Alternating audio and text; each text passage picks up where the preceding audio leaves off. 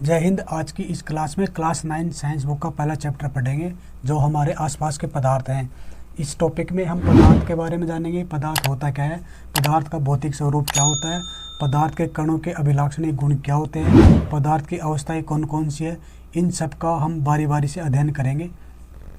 साथियों, अब हम पदार्थ के बारे में जानेंगे। पदार्थ होता क्या है। हमारे आसपास की सभी वस्तुएं जो हमें नज़र आ रहे हैं ये सभी पदार्थ हैं। जैसे पत्थर, बादल, तारे, पेड़ पौधे, पशु आदि। आपको जितने भी नज़र आ रहे हैं अपने आसपास ये सभी पदार्थ हैं। प्राचीन काल में दार्शनिकों ने पदार्थ को पंचतत्वों में विभाजित किया। जल, वायु, अग्नि, पृथ्वी और आकाश। उन्होंने बताया कि ये जितनी भी वस्तुएं बनी हमारे आसपास की ये सभी इन पंचतत्वों से मिलकर बनी होती है। पदार्थ आयतन घेरे रहता है, उसका कुछ द्रव्यमान होता है।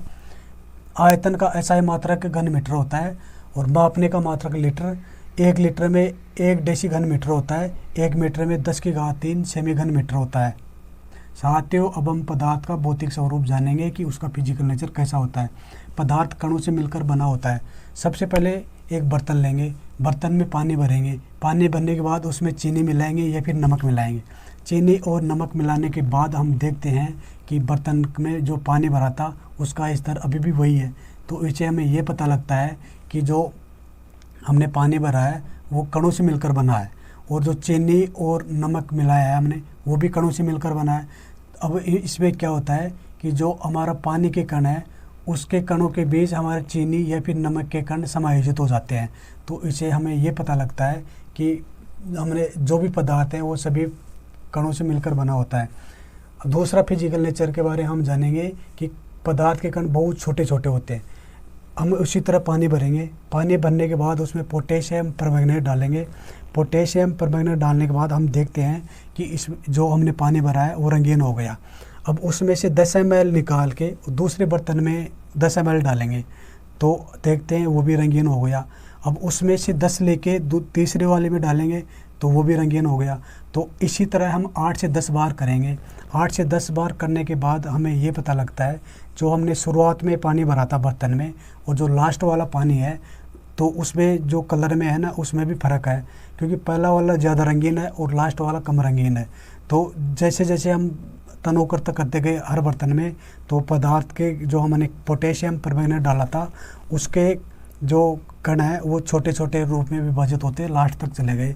तो हमें इससे ये पता लगता है कि जो पदार्थ के कण हैं इतने छोटे होते हैं कि हम उसकी तुलना नहीं कर सकते। इसी तरह हम जैसे डिटॉल से भी करेंगे तो जैसे शुरू में डिटॉल डाला था और लास्ट में 8 से 10 बार करेंगे, लास्ट वाले में बर्तन में डिटॉल देखेंगे तो उसमें भी खुशबू आ रही है। तो इससे में हमें ये पता लगता है कि पदार्थ के कण बहुत छोटे छोटे होते हैं जिसकी हम तुलना नहीं कर सकते। साथियों, अब हम पदार्थ के कणों के अभिलाक्षणिक गुण पढ़ेंगे। उनके बीच रिक्त स्थान होता है, वो निरंतर गतिशील होते हैं, वो एक दूसरे को आकर्षित करते हैं। जब हमने पानी में नमक मिलाया था तो जो पानी के कण थे उनके बीच में हमारे नमक के कण समायोजित हो जाते हैं और हमारा पानी का स्तर वही रहता है। ऐसा क्यों हुआ? क्योंकि पानी के कणों के बीच में रिक्त स्थान था। क्योंकि ये बता तो रखा है कि पदार्थ के कणों के बीच रिक्त स्थान होता है, तभी तो हमारा जो नमक था उसके बीच में समायोजित हो गया। अब निरंतर गतिशील होते हैं। जब हम पानी में पोटेशियम परमैंगनेट मिलाया था तो हमारा पूरा पानी रंगीन हो गया था। ऐसा क्यों हुआ? क्योंकि जो हमारा पानी था वो कणों से मिलकर बना होता है और कण निरंतर गतिशील होते हैं, वो एक दूसरे को सम्मिश्रित करके और हमारा पूरा पानी रंगीन हो जाता है। जब हमें इसके नीचे आंच लगाते हैं या फिर पानी को गर्म करते हैं, फिर पोटेशियम परमैंगनेट डालते हैं या फिर शहद डालते हैं तो वो जल्दी ही रंगीन हो जाता है। ऐसा क्यों होता है? क्योंकि हमारा जब हम उसका टेम्परेचर बढ़ाते हैं तो उसके जो गतिशीलता है वो बढ़ जाती है।